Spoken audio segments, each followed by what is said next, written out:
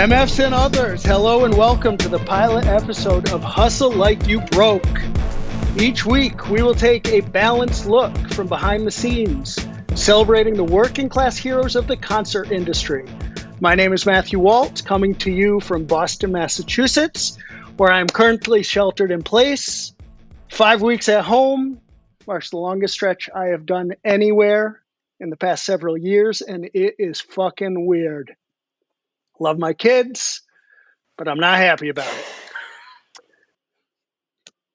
I'm also honored and proud to be joined by three great friends and colleagues.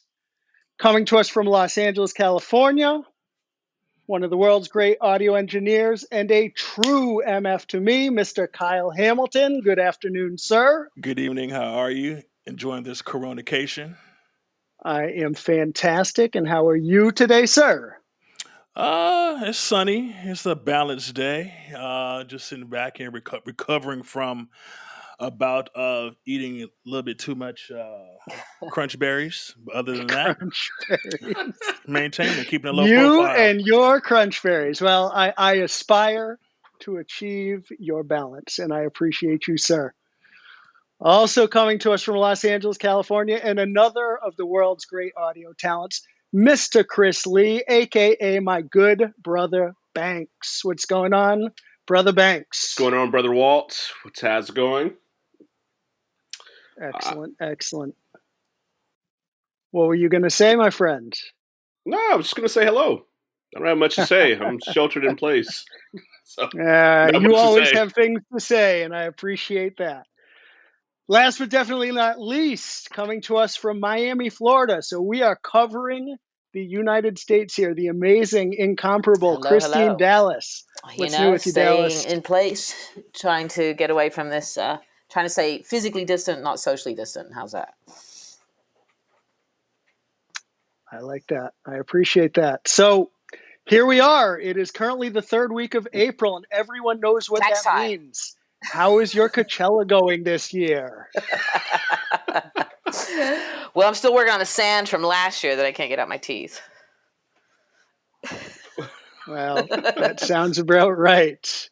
And of course, much like the tax man, Coachella is not actually upon us at this time, is it? We are looking to regroup in October. I guess let's start there. I was supposed to be working with 6 artists in varying capacities this year. I was part of the creative design team for 3, had the plans all teed up, signed off by the artists, ready for fabrication, and then boom, nothing. Grinding halt. I get a call on Wednesday, the 8th of April. That was when it really hit me. I was standing in my kitchen here in Boston, cold outside, 1 o'clock in the afternoon. My buddy CJ hits me, production manager for a few of the artists that I work with from time to time. And he says, hey, we'd be in Burbank heading to rehearsal right now. And that was the moment that kind of fucked me up, to be honest, because it wasn't more real for me until that moment when I realized, that's right, I should have been in Los Angeles for a week already. Enjoying the sun. Well, I am definitely not. I am jealous of the 3 of you, I suppose, for that, because at least all 3 of you are in hot and sunny places. Dallas, no disrespect. Don't love your humidity, but the warmth I could handle right now. It is 45 fucking degrees outside here. Ouch. And yikes. But yeah, we are not here to be weather people. We are here to talk about our business. So Dallas, you are going to be working with Travis Scott. You are going to be backstage managing for him. You are going to be in South America for the Lollapaloozas before that. So tell us, I mean, the question that everyone I think really wants to hear, especially those of us who work behind the scenes, is Kendall Jenner coming or not? Kylie, but it would be Kylie because it is, the anniversary of some very important things. But we're not allowed to discuss that. Kylie is a baby mama to Travis, and I have utmost respect for the 2 of them, but Kendall is the one that I am interested in hearing about. Sorry, I didn't Thank realize you very this. much. Well, I'm not familiar with her movings and goings. But I would assume she'd be there to support her. Well, I don't know what you call that, pseudo brother-in-law. I Sister's baby Yeah. daddy. Yeah. well, nevertheless, if you could please look into that for me, that is what I would like to achieve by the end of today's call, if that is It possible. is. And whose please. fire alarm is going off, may I ask? Yeah, I mean, if Is somebody's someone burning burning some down, good stuff, trying to get please. ready for 420, and they're burning down their house? What is happening here? Is it talking about Coachella makes you want to burn something? What is it? I don't know. That might have been me. I don't know. I just took my headphones weird. off. Uh-oh. Technical difficulties straight out the gate. Here we are. And coming from one of the audio guys, no less. No less. And now we got horns honking. What is going on? Did we already start playing with tracks here? What's happening? See, that's Well, the Coronacation's in full effect. I Soundproof suppose windows. the reality is that people are going to have to get used to that, because while we are in 4 different places right now, odds are we always will be, because we hope to be back in business one day soon. And I have had the great fortune to be on the road with as many as 2 of you, 3 of us together at any one time, though I don't believe the 4 of us have yet. And I know that you all have worked with each other in various times, but the point is, God willing, we are working again, and that means one of us could be in Australia, and one of us could be in fucking Austria or something. And shit, let's get back to the matter at hand. Dallas, please, your impressions. The absence of Coachella, the absence of Lala. How did it hit you? What do you think of all this? I mean, I'm still not, I think, able to really wrap my head around the whole thing. But I will say this. I think that for me, is advanced. I was in the middle of advancing shows. I'd done all my advance for Lollapalooza pretty much.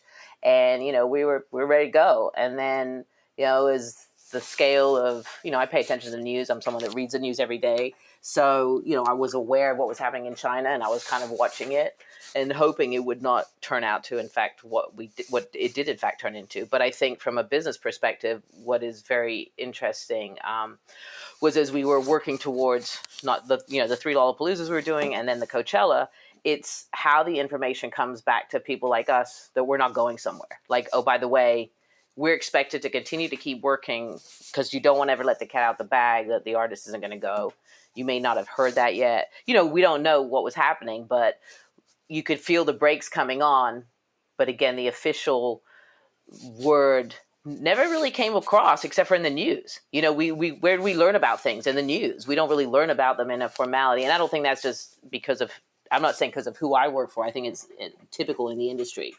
Though we more often learn, Coachella's canceled from a newspaper article or, the web, than you get a particular phone call saying, oh, just so you're aware, this is what we're looking at. I think you're right. I mean, there were definitely rumors. The day before the official answer came out, I think it was like 9 o'clock, 9:15 p.m. Eastern time, and I received a dozen texts within 3 minutes of each other from a couple of different agents and a couple of different people saying, hey, by the way, this is the conversation we're having, and it looks like it's moving in that direction. But I think you're right. I don't remember an official coming to me from anybody. I think it was very much like, here's Billboard. Oh shit! Right. Look at that. And honestly, we were all waiting for it to happen with Coachella, right? And the Lala's also the same thing. But we were hearing about one thing or another that was getting moved. And to your point, we all just kept moving forward. We're still working on a little of this, advancing that, building this, designing that. And then one thing at a time, announcement about this one going away, announcement about that one going away. Oh shit, what's Coachella going to do?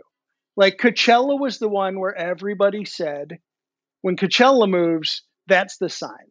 And I think the same thing happened overseas with Glastonbury. As soon as Glastonbury came down, that was when the notion of the summer season going away really took on much more serious tone. And most of the festivals in Europe, unless I'm mistaken, are still scheduled for July and August I right think now. it's later than that Go now. ahead. I heard, I was talking to someone Denmark this morning, and they August. said now things are pushed back till August there for anything. And I think, Yeah. but I think it's Right. also the delay of the virus. I mean, while you were speaking, I was thinking that last weekend I went to Okeechobee Festival to see some of the Coachella peeps that I work with at Coachella, just to check on them. That's And right. that was, what was That's that, a right. month ago now? And I didn't think at all, even in that moment, that that was going to be the last conversation, that we were going to be having for a bit. And at the same time, I think Daytona Speed, wasn't that the race was the following weekend. And mind you, Florida was one of the first states hit, but the way this moved around the country, and California was one of the first states hit. But yeah, we were still sitting there. We still didn't hear about the Coachella thing till later. And then Glastonbury, wasn't that just like last week that they canceled that? Yeah, last Well, week. I think it was Hyde Park that was most recent to cancel in the UK. I feel like Glastonbury canceled a couple weeks ago, and then it was, what was it, Germany that announced that they were going to be, shutting down any large scale gatherings for this summer. And I don't remember. I think, Dallas, you were the one who told me this. I think we were having a prep call yesterday, and you were the one who mentioned it. And I guess all to your point that you made before, Dallas, was, one thing at a time. We're hearing, this is what's happening, and it's not so much an official capacity from the artists or the promoters necessarily. Not that we're saying that it needs to be that way, but it's just interesting the way this is coming down, and to the point of, just being in these uncharted territories. This isn't the first time there's been any sort of work stoppage in the business, but this seems to be the one where there's the most, would I be right to say, the most unknowns, the most uncertainty in terms of when we come back and how we come back. And I think that that's what we want to try and, talk about it here. And what we want to try and understand is, you know, I guess, one, I'm curious when you guys think we come back. Two, I'm curious, how we can, we've talked around this a lot, how we can kind of avoid this, or not necessarily avoid it, but prepare for it better. God forbid we have to deal with a work stoppage like this again, and so many related issues that come out of it. So, Banks, why don't you chime in? You and I were working together on one of the artists going to Coachella, and I know you had plans to be with, I think it was Chris Martin in the weeks before that. Yeah. He's done one of the, in my opinion, best live streams I've seen so far. So kudos to him.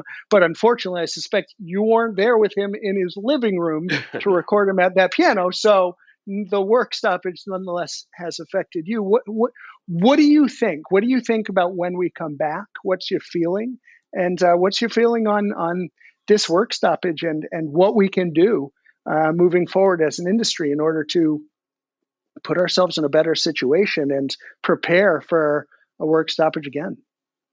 I mean, I feel like when we, finally look at a little glimmer of hope and we see, okay, this is still happening, these dates are still on the calendar, lo and behold, you get another update or an email or a text from a friend going, oh, yeah, by the way, this is being canceled. This is being canceled. So right now, it's kind of a moving target as far as trying to figure out when we're going to be coming back.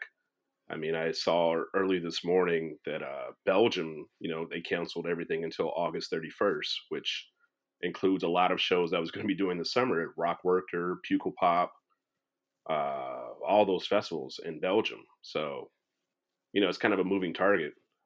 Um, as far as the stoppage, I mean, it was kind of shocking for me. I started getting cancellations in mid-February. I had a show with Sierra at a naval base, and that was one of the first things that got canceled in March. And when we saw that, kind of got a lot of people on edge, because it's like, okay, if the base doesn't want us there, then this might be a little bit more serious than we thought it was going to be. Hmm. Um, I really don't know what to do at this point. I mean, because there aren't very many options right now.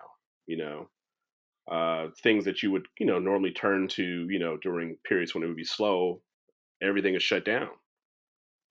And I can say, there's a little glimmer of hope today. I was able to do a live broadcast for Good Morning America from, an artist's home this morning, which, if that's going to be the new norm, then, hey, let's jump into it wholeheartedly. Take the work, Yeah, I'll take the absolutely. work. I'll come down to your house and let's mix and do a live thing from the house and But broadcast it like, on television. If but hang that's going on, to be the new sorry. That norm. I was just going to Go ahead, say that's Christine. an interesting question because I was going to ask you. Obviously, that requires you to go there to this person's house. Now, how do Hmm. you protect yourself in Right. that, and how are you protected financially? Because, for example, this person could be asymptomatic, didn't know they had something, and somehow you get something. Right. Just saying the worst is this is what we're fighting for right now, right? This is why we're all staying at home. But Right. do you Right. have like what if something came from that, and would you have any recourse? Like for health reasons or financial, should you get sick, and I think that's the issue right now. And I think this Right. is where we as freelancers and people in our career, we always are so busy going for the goal of achieving the job at hand, and that's our most important task. And maybe a lot of us have a little bit of ADHD and other things like that, which don't, we like to look ahead, we like to focus on the task immediate. But I think where we're all hindered is that we never stop long enough to say, how can we put in the right parameters to give ourselves the right strengths to keep working forward, because we don't want to get sick again, or in this case, like, how do you write those into contracts that protects you financially and physically, et cetera, et cetera. And I think that oftentimes with our business, we're so quick to get back out there. We've been in this business a long time, not just us specifically, but the business itself. It's been around for a bit, but still in terms of other businesses, it's still relatively new. So I think this is what kind of hinders us a lot of times when it comes to formalizing. I mean, the theatrical, we can look at our IATSE friends who they figured it out a long time ago. But why do we as freelancers don't have those same parameters in place? And I think, this is where we all have to keep looking at this stuff and come to a time where now the time is now. There's no better time than right now for us to figure out how we protect ourselves for the future. I don't, but you kind of do have those in place with your own healthcare provider that you go with by being self-insured. I mean, I'm self-insured with my healthcare and everything, so it's like, how can I put into a contract in case I get sick? You have to compensate me. I mean, that's like, I mean, again, this is a different strain of a flu, but it's a little more, flu on steroids per se. But at the end of the day, with keeping up your natural hygiene practices, I don't get sick. I think the last time me personally have been sick was maybe 8 to 10 years ago. Because one, I don't hang around people. Two, I'm not in people's close proximity. I don't like to be touched. So I mean, so with saying that, if I come into your house and you could be sick as a dog, and if you're not coughing on me and I got my little mask on and everything, again, we're not going to even do a show then.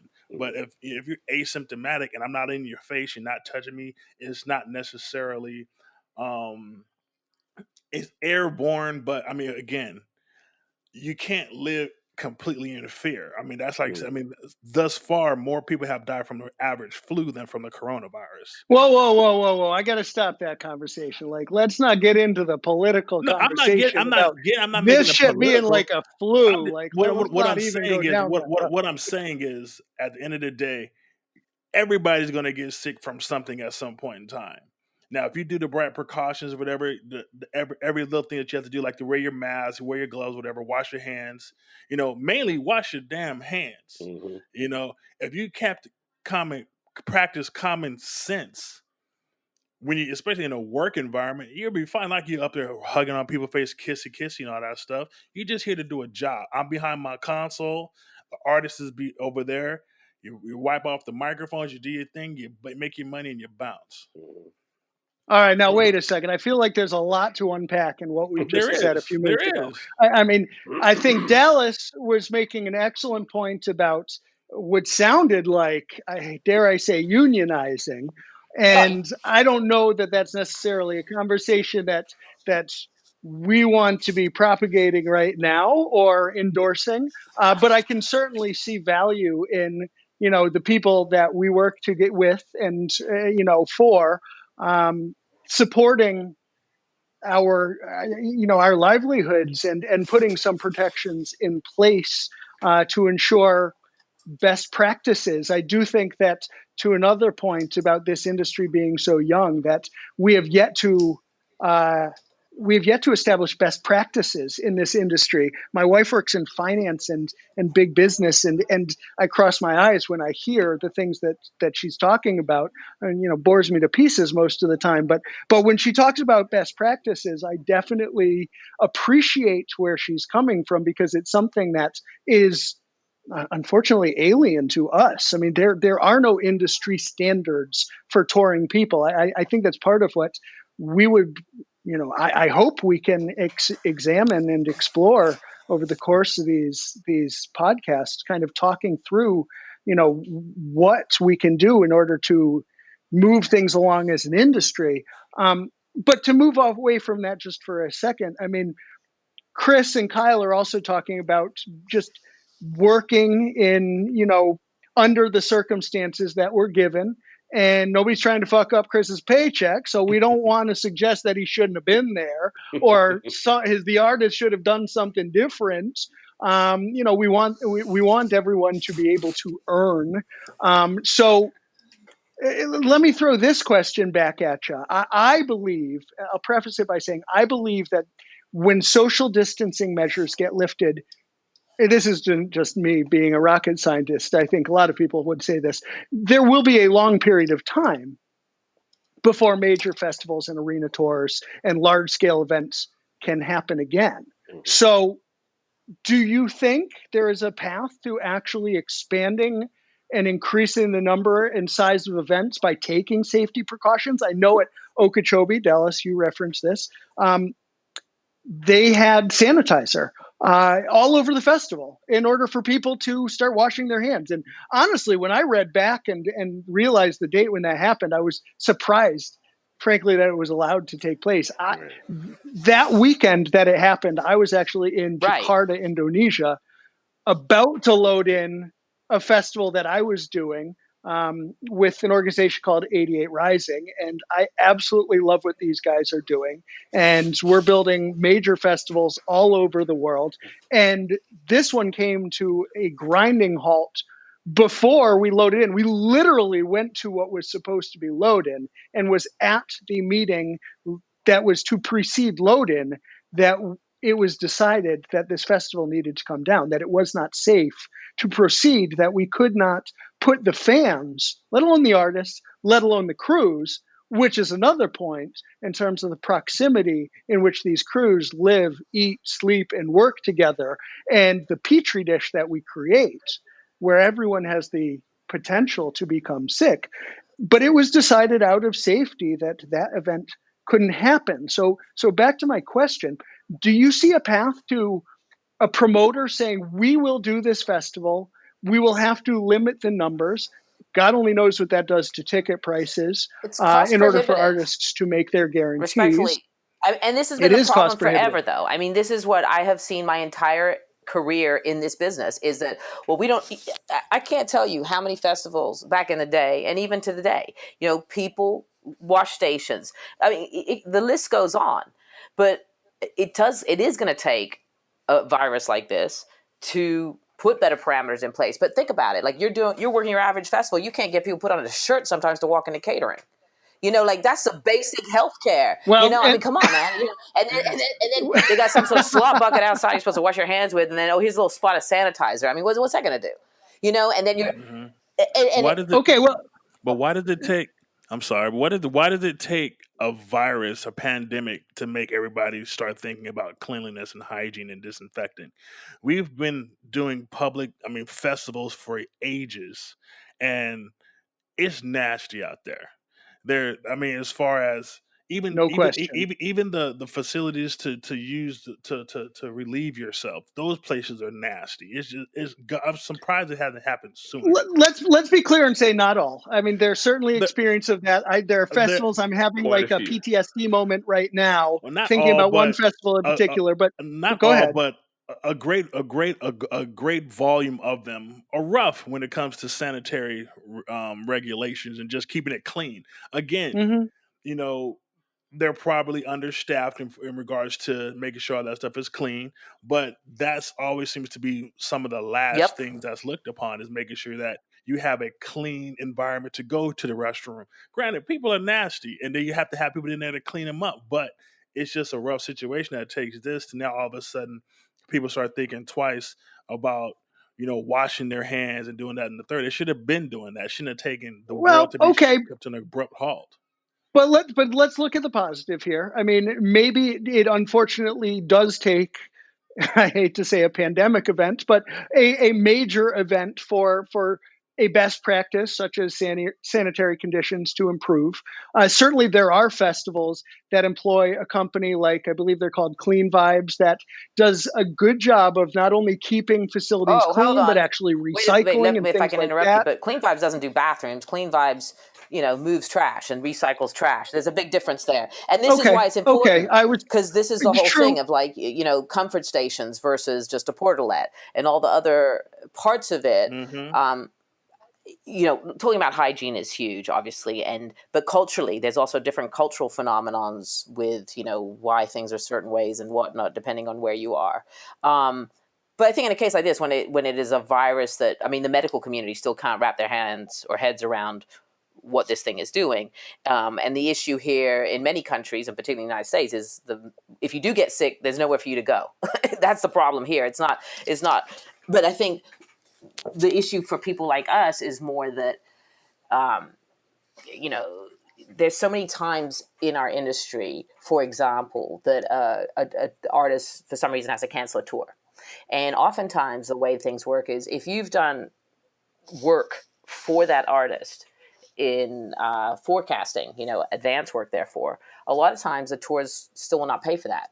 They expect the vendor to cover what the vendor needs to, but you as the individual are not covered. And I think, this kind of goes hand in hand with like what I was asking Chris earlier was, it's not that I think it's, of course he has to make a livelihood and of course he needs to go to, if somebody needs him somewhere, it's great that he can have that opportunity. But the question is what is his protection?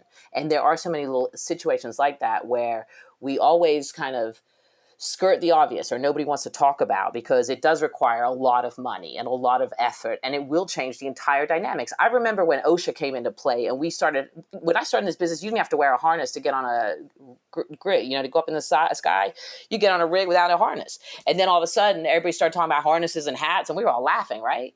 But now we do it, and then, but I say we do it, but look at it Right. globally. When you're in the US, how many times does somebody come onto a work site, i.e. a show, arena, a festival, and actually look at what people are wearing on their feet or if they've got, high-vis vests on or hats versus in Europe where you can't barely get on the floor if you don't have, even in Canada or even our friends in the North.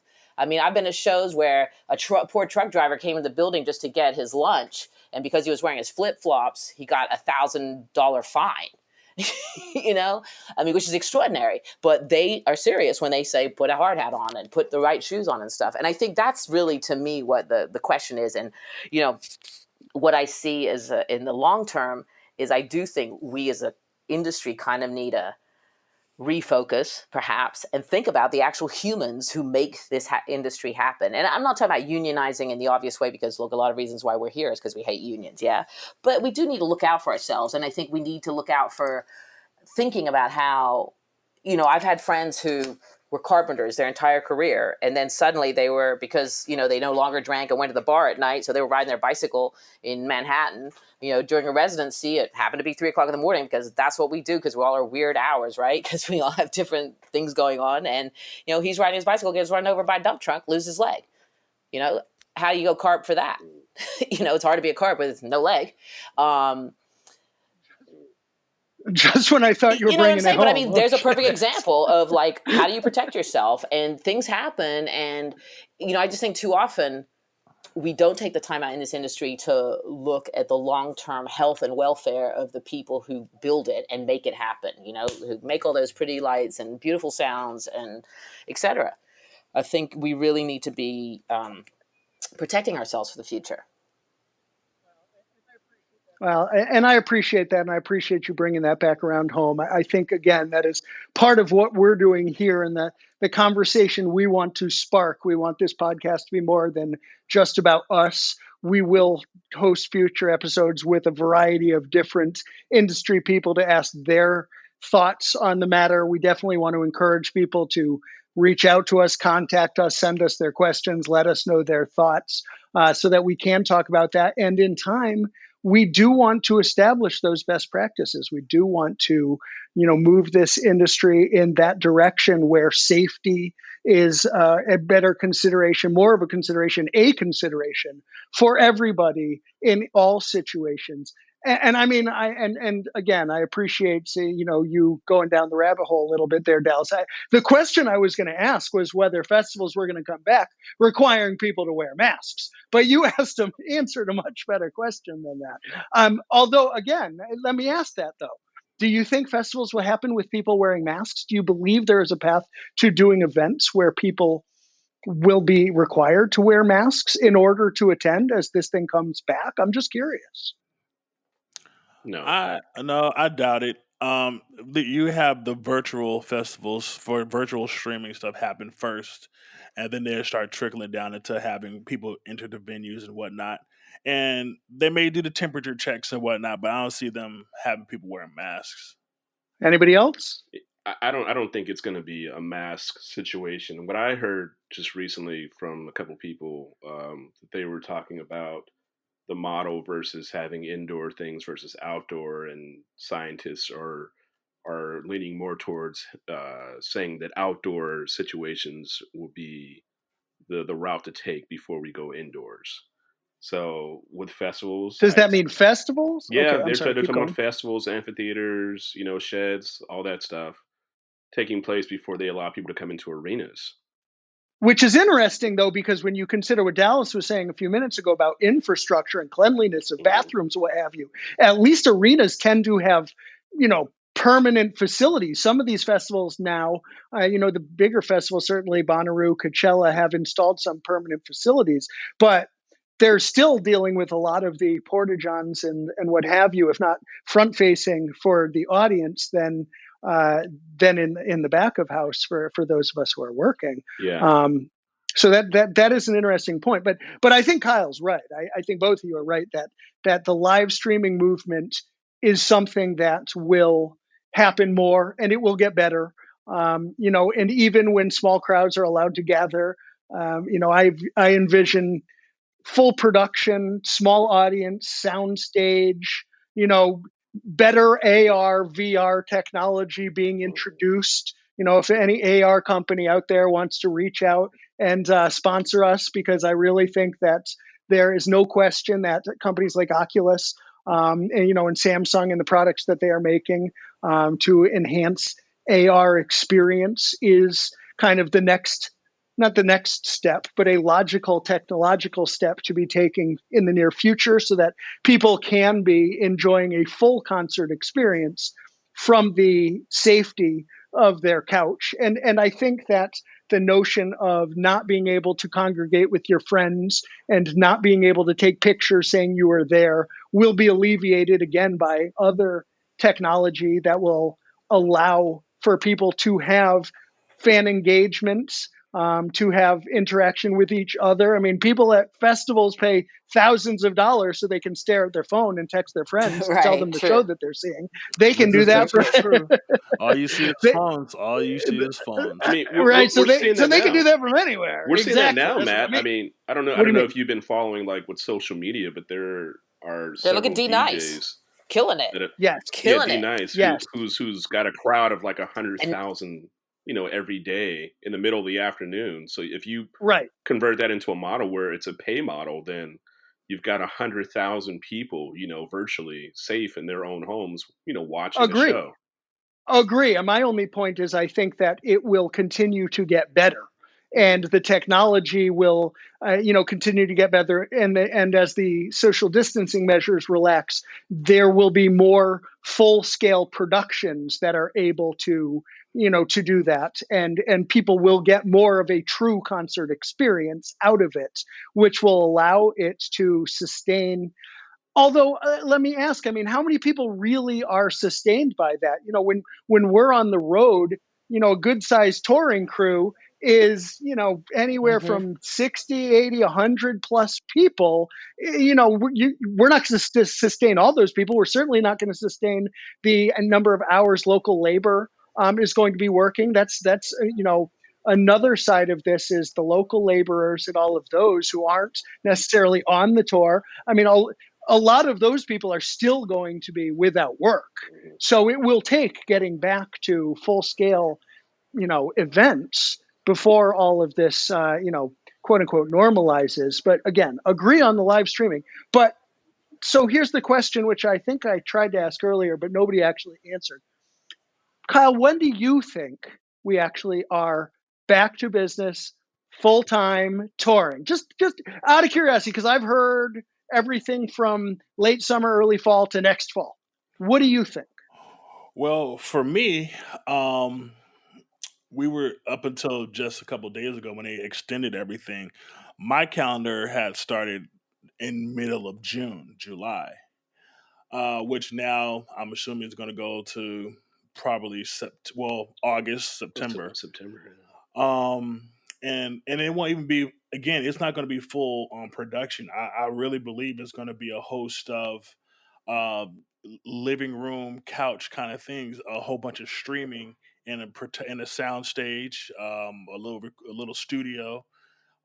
For one, the artists are beyond ready to get back to work, but it's about the safety of everyone. So they're going to do a lot of intimate situations, maybe a couple hundred to be streamed out to millions, and everybody's hungry for audio. Everybody's hungry to do something, but they're still going to be scared to get out and fraternize with a bunch of people they don't know. So even if they were to do some sort of outdoor event, um, it'd be at a minimum because it's not going to be that full compression joint going on like they do in festivals. It'll probably be about 6 feet and still how they would figure it out, how the floor plan would be, but it's going to be later this year. I feel it's going to be later this summer. I don't see it going into next year like they're projecting again, because I think that'll just make the bottom fall out of everything.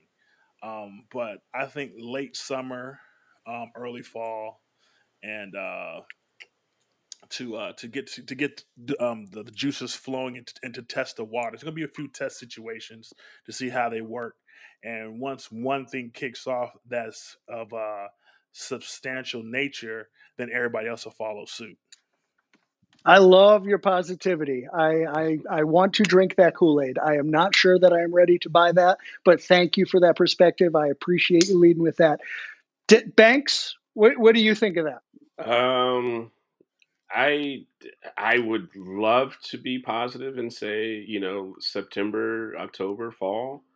I realistically don't see anything really happening until spring of next year, honestly.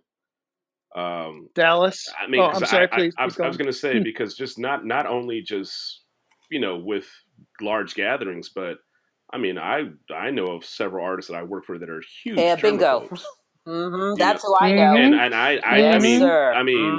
just I mean the way they operate, I can't see them trusting anybody. I don't care who you are and how long you've been with them.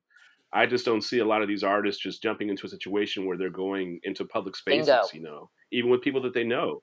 I mean, I just that's just me. So I mean, as far as really full, I think it has to start with the artist and them being comfortable to even Exactly. do a living room situation with a small crew, until we see artists actually bringing other people in and doing a virtual thing. I think that's the timetable that we will see, because right now, until that happens, if the artist doesn't do anything, we're not doing anything. So I honestly don't see things happening until next year, really. You know, until this really just kind of just completely dies out.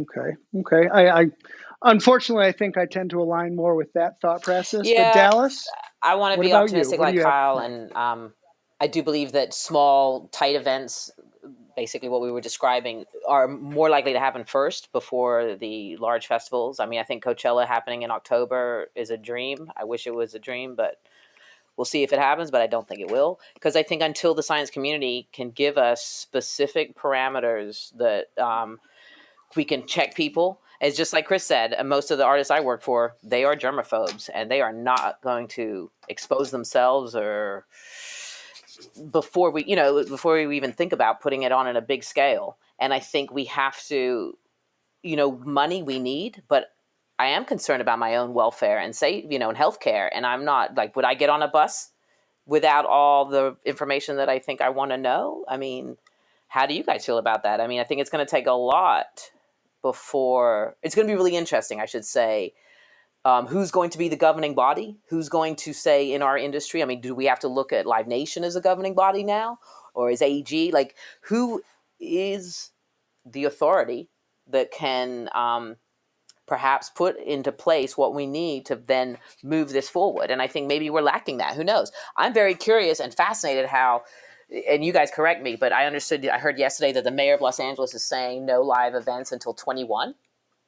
To me, that he could get away with that with the amount of, I would assume, pushback in the city. He said that, but it's not going to happen. 2021, that's definitely not going to happen. So he said that, but it's not 100% yet? I don't think so. I mean, think about it. They just built a brand new stadium. They have all these events that happen, and 2021 that steps into the NFL season too. And now the NFL hasn't shut down anything just yet. They're still on projection to move forward. So unless that changes, that 2021 is never going to happen. Now, will they sell out the stadium? They probably won't have it all complete to capacity. But when the start of the football season hits, they definitely want to see some of that revenue. That's a huge cash cow for Multi-billion. Of course. I mean, all of LA Right. is a multi-billion entertainment industry, isn't it? Like, what else do you do there? I mean, sports being entertainment. And that was the argument about Coachella, right? That was the argument about Coachella going away in the first place, right? Like, the reason everybody said that, that we needed to wait and see, we need to, we can't let Coachella go away because it brings more than $1 billion of revenue into the Coachella Valley every season.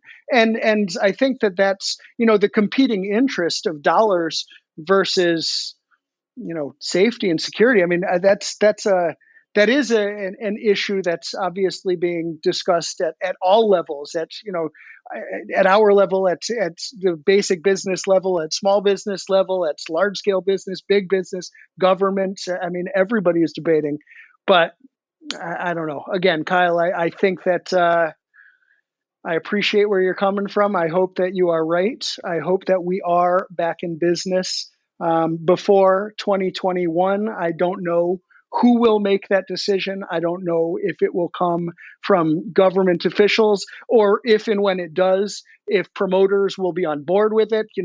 Chicken and egg, which comes first? Are the promoters going to say, no, no, no, we're not ready, we don't want to risk our reputations? Or are the promoters going to say, we need to get back in business, the fans are rabid, we're rabid, the artists are saying they're ready to go, everybody wants to do this, push, push, push, to Governor Newsom or whoever and say, we want to be back in business in Los Angeles, in Miami, and Boston, everywhere in the world before 2021.